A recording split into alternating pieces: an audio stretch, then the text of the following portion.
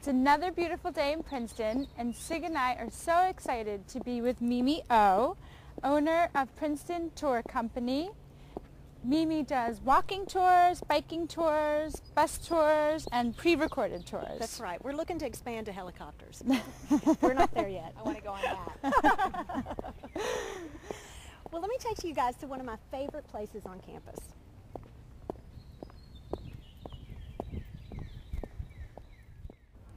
So John Witherspoon, the 6th college president. If you take a tour, I'll tell you how he actually saves the college. But for now, I think it's just important to say, this guy was pretty intelligent. He's going to sign the Declaration of Independence. He's going to fight in the Revolutionary War. He's got some pretty impressive students, too. 21 are going to go on to become senators. 39 are going to become congressmen. And if that's not impressive enough, he is the great-great-great-grandfather to Reese Witherspoon, the famous American actress. His home is actually for sale right now in Princeton. And so if I sell enough tours, I plan on buying that. But I have a feeling Reese might be more interested in it. So if she comes here, I'll give her a tour and I'll tell her how Jake can actually go down to Mike's barbershop on Wednesdays. They do horseshoes and the guys hang out, and I think he'd fit in just great. Perfect. Okay, let's go over to the town and I'll show you some great stuff there. Okay. All right. So we just left the John Witherspoon statue, and I want to show you Mike's place down here, if it's okay. You seem to know a lot about the Witherspoons. No, not really, but Reese and I went to the same high school. Go Honey Cubs! So here we are at Mike's, and a lot of people don't know that all the famous people that you see when you just live here in town. It's not unusual for me to see Paul Muldoon. In fact, he likes the Grumpy Monkey blend at Small World. All the time I see Toni Morrison. And that's actually not her name. Oh, what is her name? You'll have to take a tour for all that. Do you ever see Cornel West? I do. I see Cornel West all the time, and he's nice to my son, Stosh. So I know he's a great professor, but he's also a great guy.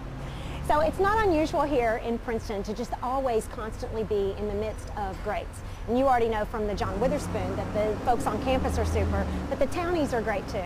So this is kind of like something fun I wanted to show you guys, what it feels like to kind of be on the inside. Let's see if I can introduce you to Mike. I've got some friends I want to introduce you to. Is Mike around? No, he's not here today. He's not? Come on, you should know better than to come in on a Thursday morning after Wednesday night. You know what, you're right. I can't, rookie mistake, sorry. I'll bring him back another time. Okay. Bye guys. Bye-bye. We just left the university and we walked up Witherspoon Street, and you can't go very far in Princeton without running into something famous. That's right. In fact, this home right here was the birth home of Paul Robeson. He's going to be the first African American to ever perform on Broadway. Oh, wow. Yeah, yeah.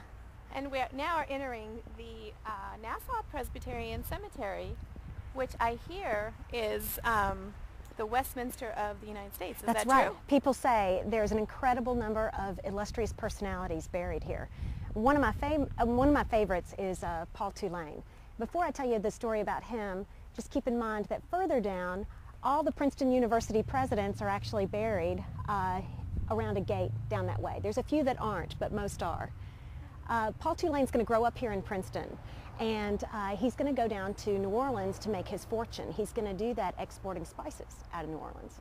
So he's going to come back in the mid-1850s, and he's going to have a lot of money. In fact, he's going to have so much that he can buy the Lowry House. The Lowry House is now the home to Shirley Tillman, the Princeton University president. So when he moves into this lovely Lowry House, he's going to have a lot of money. He's going to go over to the college and say, look, in exchange for a lot of this money, if you'll call this place Tulane, I think we have a deal. Well, of course, the university is going to say no to that idea. And townies swear that in his will, he specifically stated that his monument, he wanted to have his statue, he wanted to have the backside facing Princeton University as final word on the subject. Enough said, right? I don't think he liked what they decided.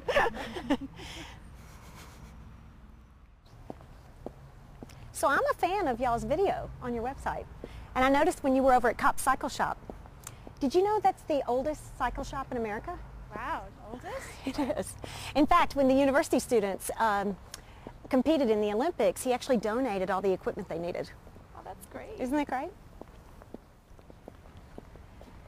So most people know that the Nassau Inn is one of the most historic buildings here in Princeton, but very few people know that it was also a hangout to Albert Einstein. When he moved here in 1933, he brought with him many German Jewish refugees, and some of his friends like Robert Oppenheimer, Kurt Gödel, and John von Neumann would actually have tea on that second floor there, and they would speak about politics and literature and, of course, science. So if you get a chance to go inside, you really should try. They've got this great fireplace, and you'll see these two red couches, and you can only imagine the kind of conversations they must have had.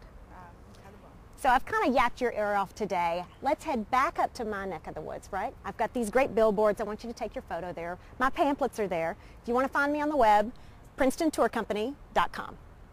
Come on, we'll head up that way. And on our way, can I show you Brooke Shields' apartment? Oh yeah, she went to school here. She did, and well, you know, David Duchovny went here too. Oh wow. That's right.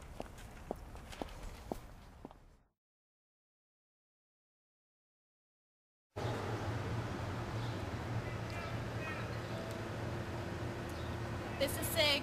This is Syl. See you soon.